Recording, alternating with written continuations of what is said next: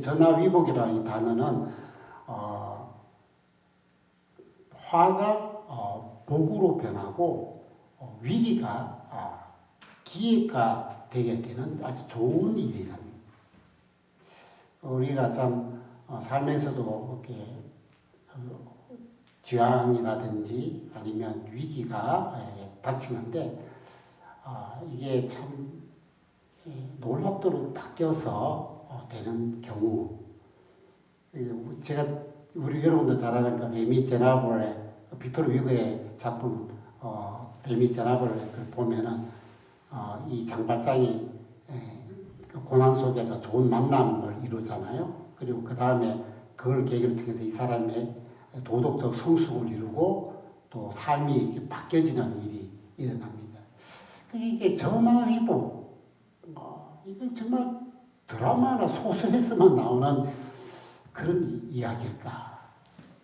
근데 오늘 이 성경의 말씀을 통해서 우리가 알 수 있는 것은 이 믿음으로 걸어가는 길에는 너무 많은 어려움들이 있고 위기가 많이 봉착할 수밖에 없구나. 정말 수많은 이제 검은 구름이 우리에게 다가온다. 우리가 아는 뭐 찬양들도 찬송가들도 검은 구름 닥쳐와도 이런 그 구절들을 이게 많이 사용합니다.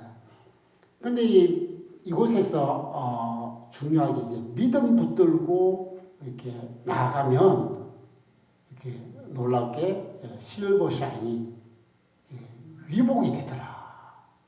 그것이 나오는 겁니다. 오늘 지금 유다가 처해진 입장이 검은 구름 닥쳐왔잖아요. 이 위기와 그 위협 어떻게 대처할 건가? 이게 어떻게 되는 건가? 그러나 이 바람 앞에 덤불 같은 이 위기, 이 신세에서 정말 하나님을 믿는 믿음, 그것은 현실을 돌파해 나가는구나. 그것을 알려주고 있습니다. 성경에는 곳곳에서 우리가 큰 사건 중에 우리가 위기를 믿음으로 돌파해 나가는 그게 실버 라이닝이 확 그 광채로 비춰지는 것들이 있죠. 거의 뭐 알다시피 우리가 홍해 사건에서도 하나님이 실버 샤이닝 새로운 길을 열어버리고, 그리고 다니엘의 사자굴 그 사자굴에 집어 떨어졌는데도 주님의 그 영광으로 그것도 구해지고, 그리고 십자가에서 이제 끝난다고 생각하지만 이제 부활의 아침이 이렇게 화려하게 밝아지는 것이죠. 그래서 우리가 참 오늘 성경은 우리들에게 크나큰 위기, 감당할 수 없는 위기, 절체절명의 위기, 이 속에서도 믿음으로 싸워가면 어떻게 되느냐? 전화위복. 거대한 골리앗 같은 이 위기, 이 세상에 주는 그 위기에서도 너무나 작은 다윗에게 그 물맷돌 같은 하나님이 하신다는 그 믿음, 그 믿음 앞에 도리어 내가 쓰러지는 게 아니고 세상이 쓰러지더라는 걸 이제 보여주는 겁니다. 그래서 오늘 하나님은 이 위기를 전화위복으로 지키는데 어떻게 하느냐? 첫 번째로 보면 멀어지는 것이 아니라 더 가까워지는 것이다. 우리가 아수르가 공격했을 때 그 사렙이 와서 히스기야와 그 백성들에게 향하여 세상의 소리를 내고 있습니다. 근데 그걸 자세히 들어보면 뭐냐? 하나님과 히스기야의 이 관계를, 이 거리를 멀어지게 만들, 아니면 이 관계를 끊어버리게 만들. 그것이 유일한 타겟이라는 것을 알 수가 있습니다. 우리가 좀 이 현실 속에서 크나큰 그 위기를 힘들다 어렵다라고 보는 것보다 어떻게 봐야 되냐, 영적으로 우리가 해석해야 됩니다.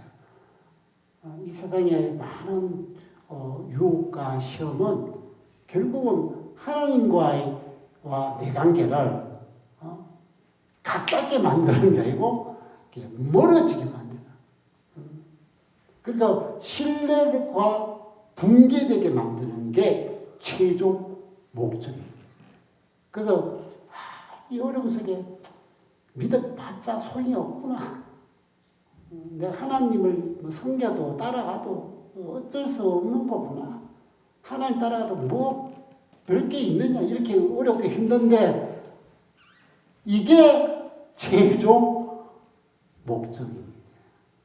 오늘 이 아수르 역시도 그렇게 이 엄청난 위협과 그리고 위기를 만들어내서 하나님과의 관계를 이렇게 멀어지게 하려고 했을 때 히스기야는 어떻게 했냐? 참 이게 우리 믿음의 사람들이 해야 될 일이죠. 베옷을 왕복을 벗고 베옷으로 갈아입고 그리고 하나님의 성전으로 뛰쳐가 버렸습니다. 이대로 끝장났다. 이대로 그냥 절망이다. 이거는 뭐 외교적인 수단, 원조 요청, 인간적으로 아무 생각도 안 되니까 그냥 주저앉은 게 아니고 하나님께로 달려 가까이 더 나아간 것을 볼 수가 있습니다. 자, 우리가 참 삶에서도 믿음의 사람들은 도리어 크게 그 어려움의 그 위기 속에서는 더 하나님을 가까이 하는 계기를 이렇게 삼게 합니다. 근데 그 하나님 앞에 가까이 나갈 때 어떻게 하냐면 오늘 중요한 게 뭐냐면 베옷입니다. 베옷. 이 베옷이라는 것은 염소털로 싼 거칠고 칙칙한 천입니다. 이 베옷의 용도는 이 곡식을 담는 자루용입니다.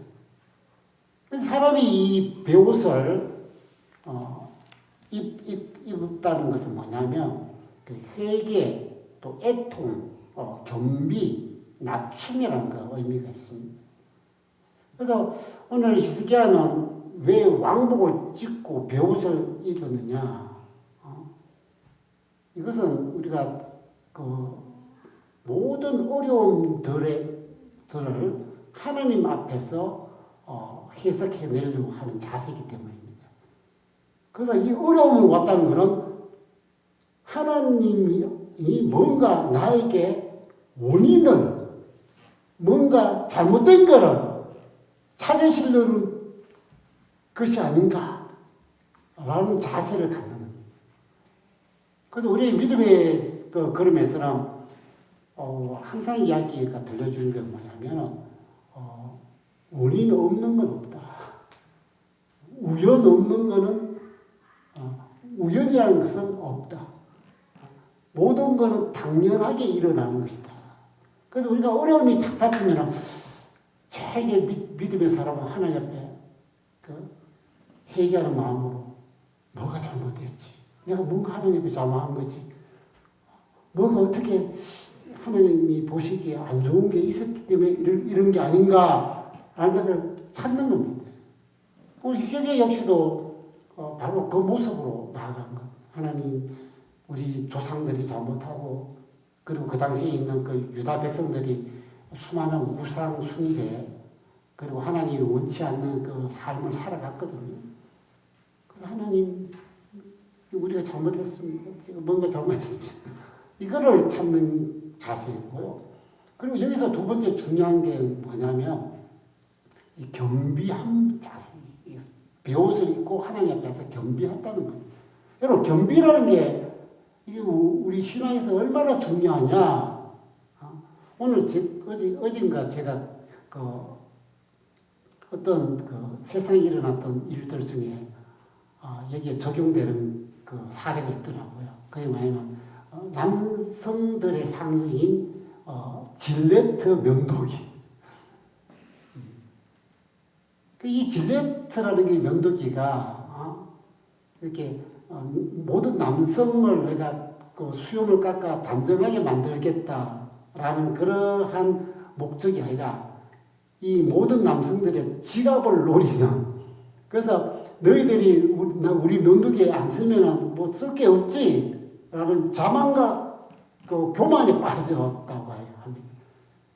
그래서 모든 남성들이 이 다른 제품을 쓰겠다고 등을 돌리는 배반을 해버리니까 뭐 60억 달러가 재정적으로 확 사라져버린다.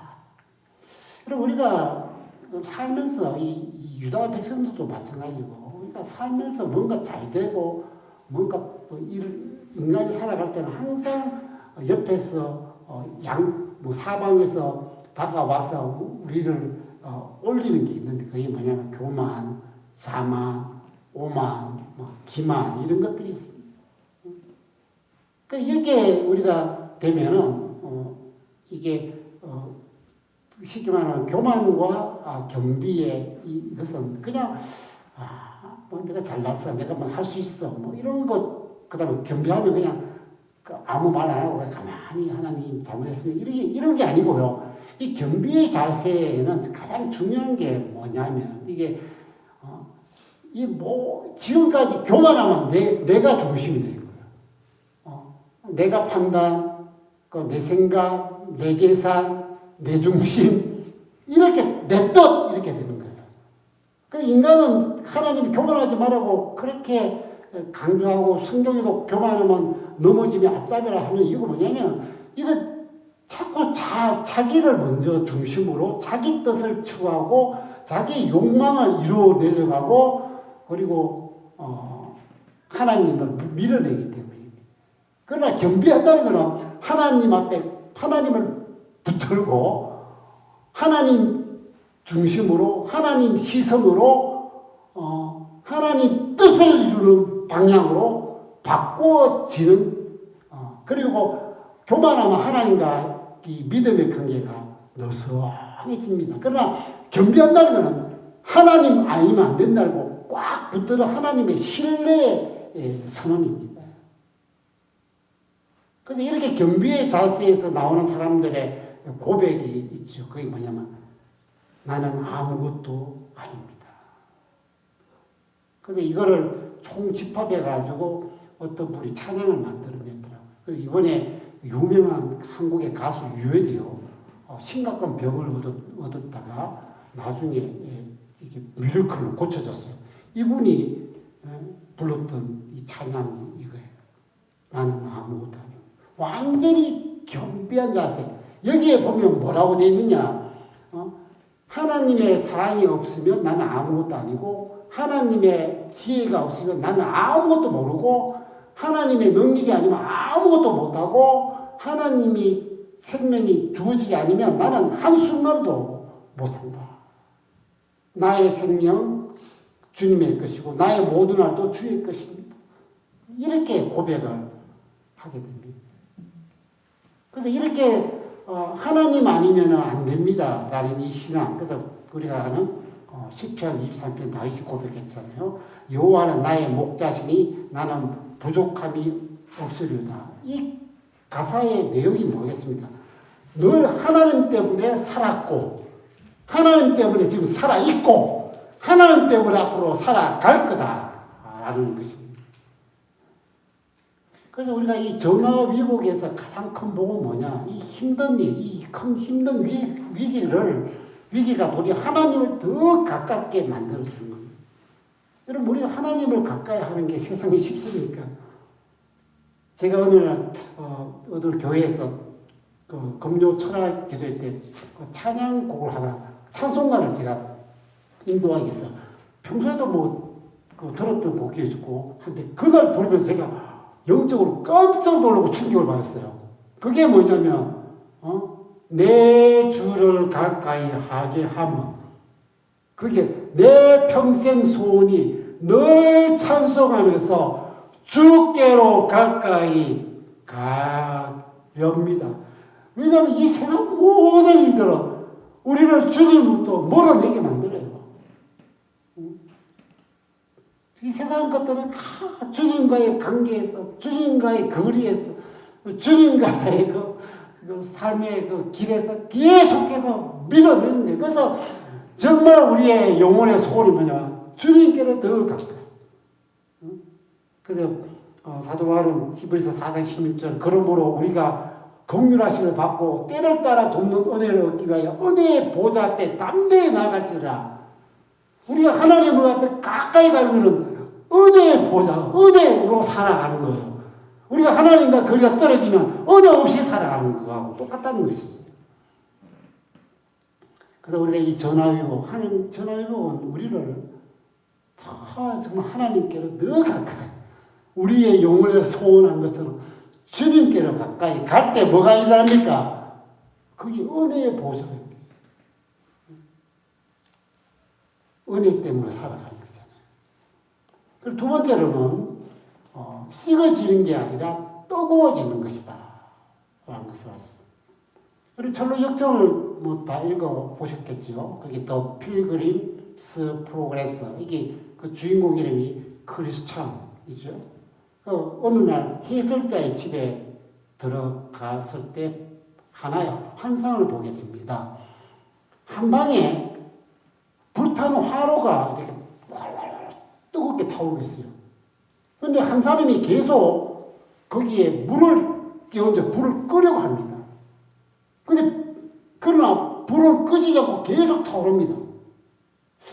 그래서 방 뒤편에 돌아가 보니까 거기에 어떤 보이지 않는 사람이 기름을 계속해서 물을 부어서 불을 유지하고 있습니다.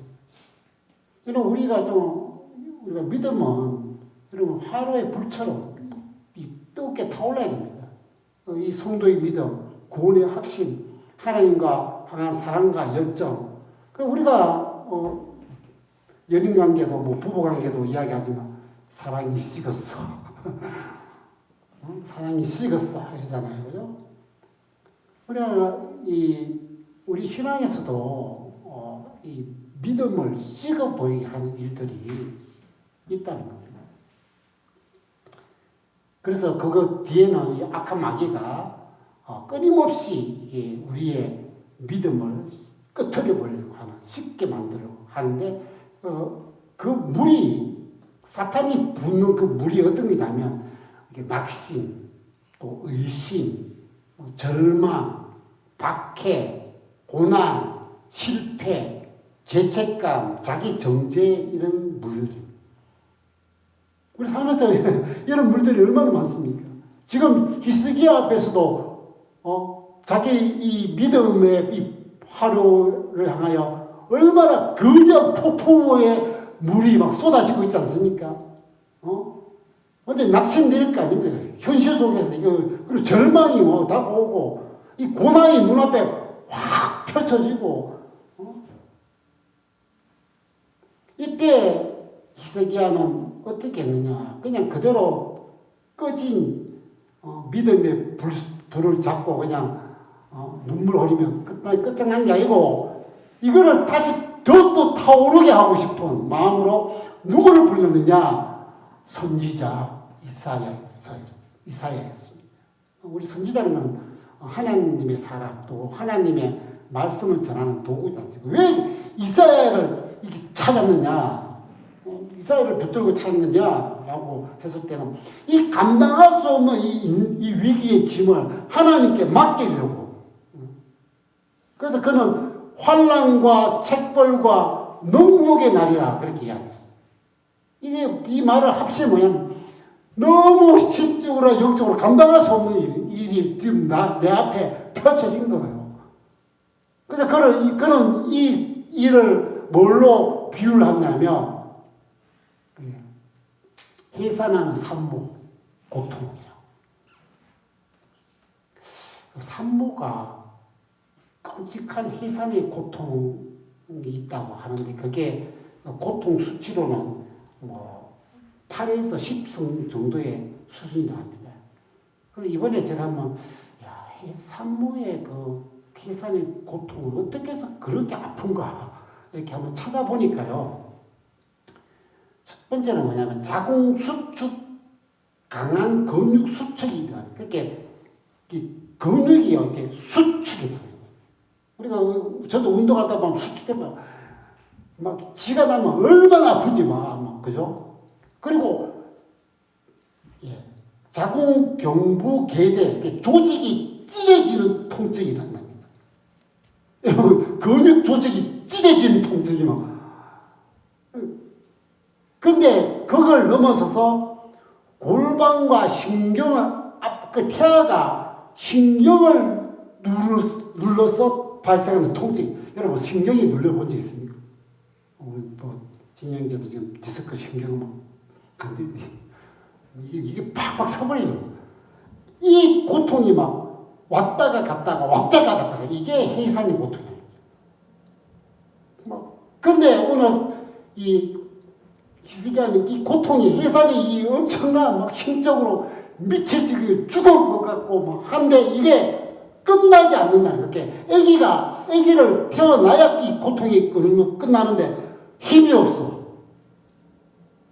그게 아기를 밑으로 밀어내지를 못해요. 힘이 없어. 그러면 고통은 계속 일어나는 거예요.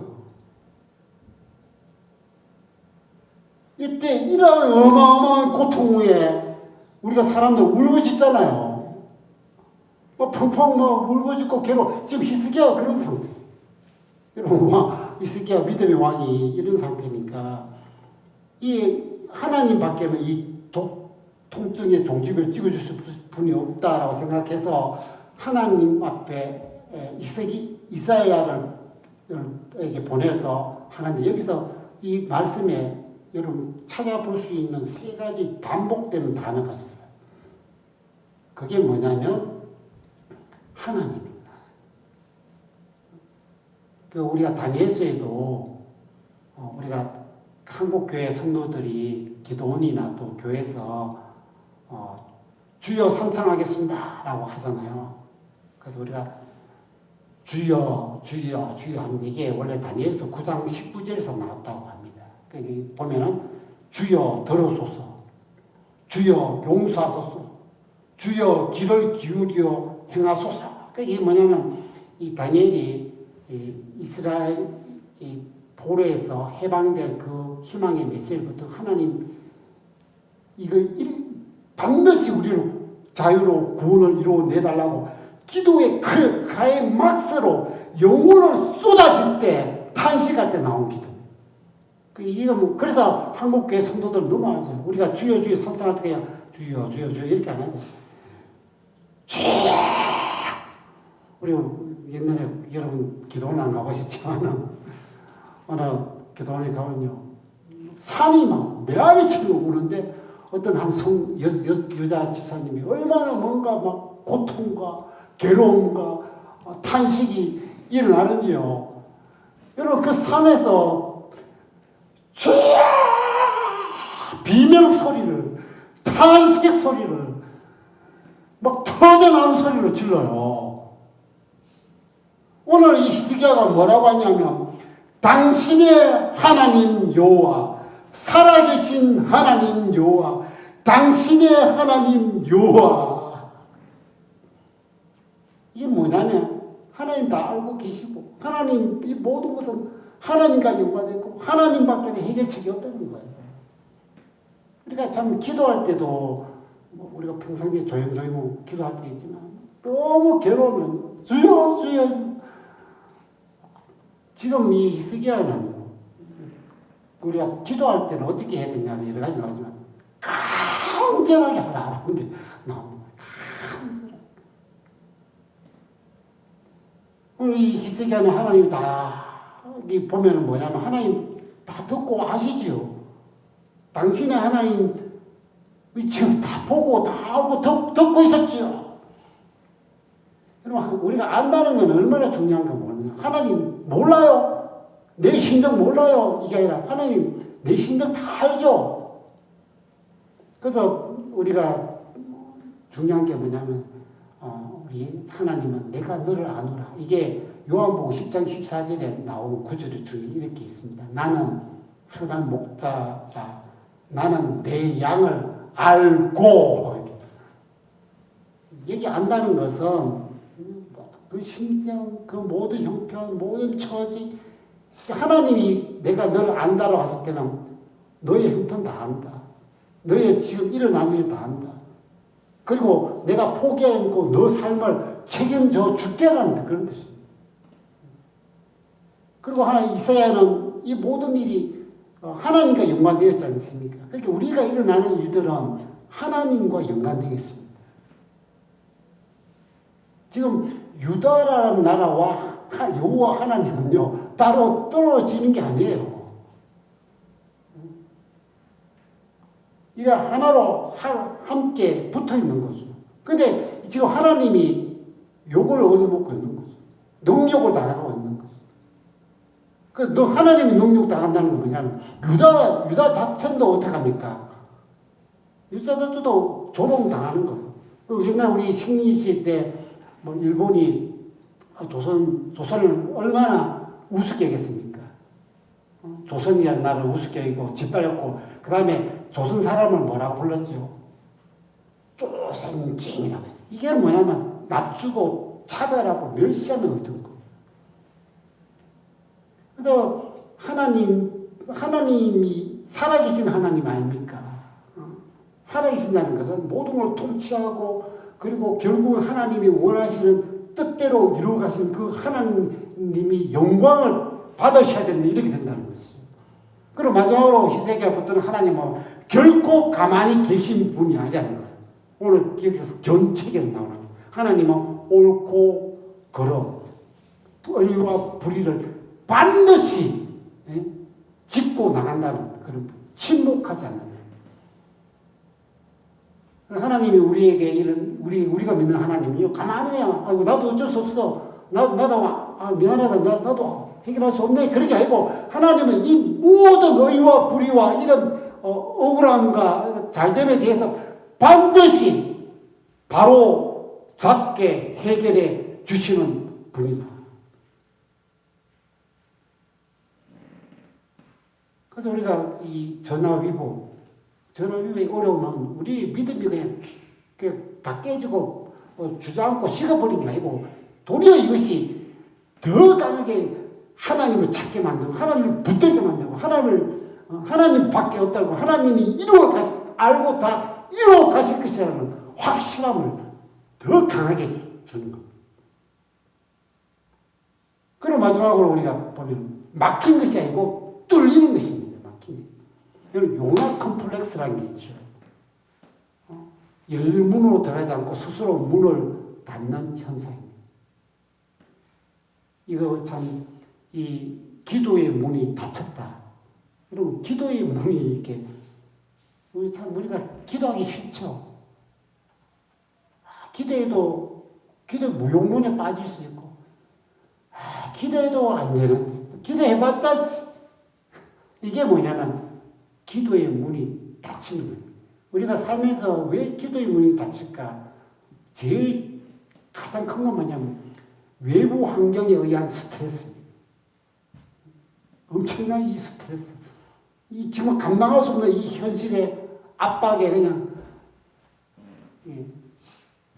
그리고 또 우리가 기도의 문이 닫히면 죄를 많이 지을 때 내가 너무 많이 지었어. 주님 볼 면목이 없어. 이렇게. 오늘 이 아수르의 위세와 랍사계의 이 소리가 여러분 거대한 폭풍우가 났는 물 위에 걷는 베드로의 그 현장과 같습니다. 베드로는요 주님을 보지 않고 그 현실을 보면서 그냥 입이 닫히고 그냥 침묵에 빠져들어가는 것입니다. 이 크나큰 위기에서는 속수무책이다라는 이 거대한 현실의 두려움 속에서는 하나님조차도 잊어버리게 만드는 하나님을 바라보지 않게 만들기 때문입니다. 그런데 이 히스기야는 그렇게 안 했어요. 히스기야는 하나님을 어떤 분인가 아시죠? 전지하신 하나님, 살아계신 하나님, 반드시 역사하시는 그 하나님을 강하게 믿는 사람은 뭘 강력한 무기로 삼느냐? 바로 기도인 거예요. 이 위기 속에서 위기를 돌파할 수 있는 가장 큰 무기가 뭐냐? 기도. 그래서 오늘 자기도 성전에서 기도하고 있는데 이사야에게도 남은 자를 위하여 기도하라. 그러면 우리가 다른 대책을 찾아야죠. 다른 대안을 찾아야죠. 다른 세상적인 방식을 찾아야 되는데 이 히스기야는 유일하게 했는 게 뭐냐면 오직 기도다. 오직 기도다. 여러분 우리가 진짜 믿는 성도는요. 기도가 가장 강력한 무기로 여기지만 믿음이 없는 자는 기도를 가장 우습게 여기는 물못돌로 여기는 경향이 있는 것이죠.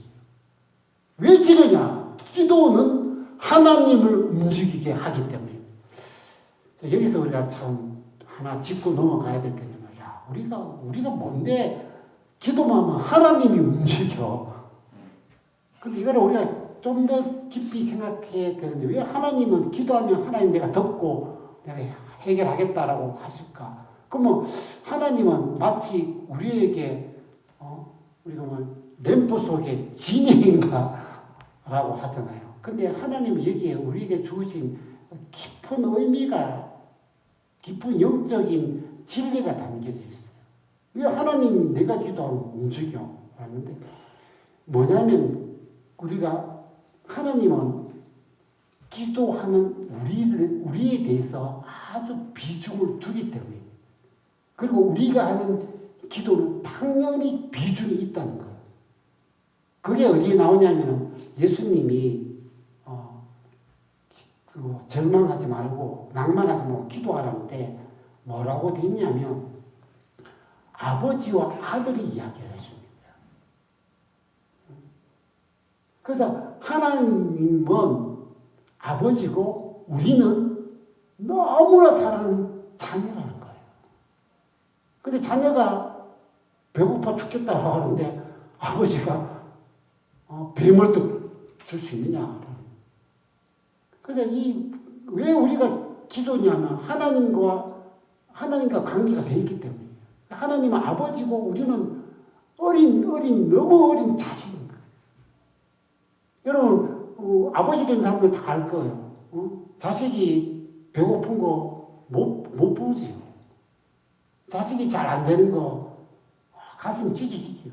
그리고 자식이 뭐를 요청하면요. 요청하기 전에도 알지만 요청하면요. 그게 해결해줄까지 떠나지 않아요. 그리고 그 아버지의 수준에서 가장 최고 것을 해주는 거예요. 그리고 그러면 우리에게 왜 기도냐? 하나님은 이 역사를 가는데 우리와 함께 이 일들을 세상을 이끌어갈 영적인 행위라고 볼 수 있는 거예요. 하나님께서 다 이루어갈 수 있지요. 그러나 하나님은 이 이루어가는 이 세상에서 우리를 뭐냐면 동참을 시키는 거예요. 그래서 단순한 요청이 아니고 하나님과 세상을 함께 이끌어가는 그런 동력자 위치에 놓아져서 가는 거예요. 그래서 기도라는 것이 어마어마한 것이죠. 그래서 오늘 이 히스기야가 기도하고 또 이사야가 기도를 요청했죠. 그 다음에 응답 없는 기도는 없다는 게 이게 나오는 거예요. 여러분 이런 상황에서 하나님이 아무런 응답도 없었더라. 그게 아니고 오늘 뒤에 보면은 응답이 나옵니다.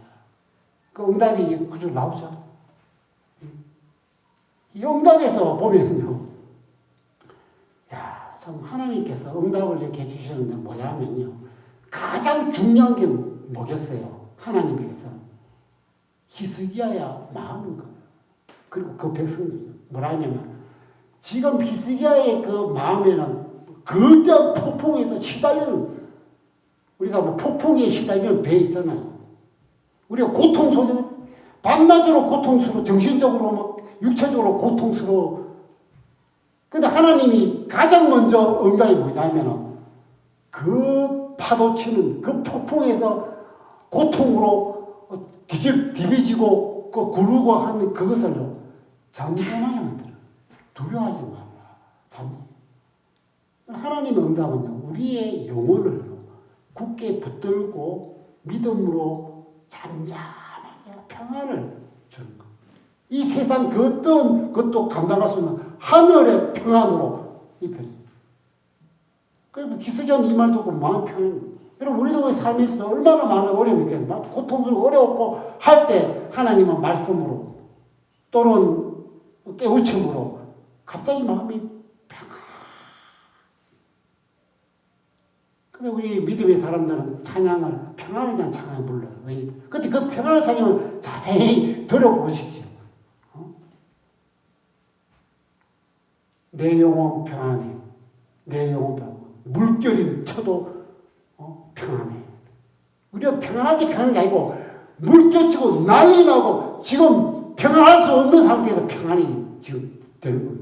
지금 아직까지 아수르가 둘러싸이고 위협은 계속돼도 마음이 평안한 거예요. 그래서 다윗은 그때 뭐냐면 1000만원이 나를 둘러쌀 때도 나는 잔다고 평안히 잔다. 이게 일어날 수 있는 일이야. 일어난다는 거야. 언제? 하나님이 그렇게 마음에 기도에 응답을 줘. 그리고 두 번째는 뭐냐면 하나님이 알아서 일을 처리하신다는 거예요. 참 이게 너무나 하나님의 수준에서 가만히 두고 처리해 나간다. 그리고 뒤에 보면 하나님께서 아수르를 종이 호랑이로 만들어가서 이 아수르 왕이 이제 더 이상 앞으로 전투를 이루어가면 안 되겠다 해서 고국으로 회군을 합니다. 그렇게 만들어주고 가서 비극적 결말을 막제해주겠다. 그렇게 예언을 해주죠. 여러분 기도라는 뭐냐면 이렇게 생각하시면 하나님이 하시게 하는 거. 이 모든 위기의 어려움을 하나님의 손에 올려놔서 하나님이 하게 하는 거예요. 그러면 내 힘으로 되는 게 아님을 인정하고 모든 일은 하나님이 알아서 처리하시고 결국 하나님과의 관계를 더 굳게 만드는 일들이 일어난다는 거예요. 여러분 우리가 참 끊임없이 이 세상에서 결정과 선택과 문제와 갈등과 이 어려움들이 있지 않습니까? 여러분 하나님이 행하지 않고서는 어떻게 될까요? 하나님이 하지 않으면 어떻게 홍해를 건너고 어떻게 사막을 지나고 어떻게 여리고성을 무너뜨리고 어떻게 가나안 땅을 정복할 수 없습니다. 기도 없이 되는 게 없다는 거예요. 하나님이 하지 않으면 내 삶에는 아무것도 일어나지 않는다. 그래서 이런 말이죠. 기도하지 않으면 아무것도 일어나지 않는데 기도하면 하나님이 이루신다는 거예요.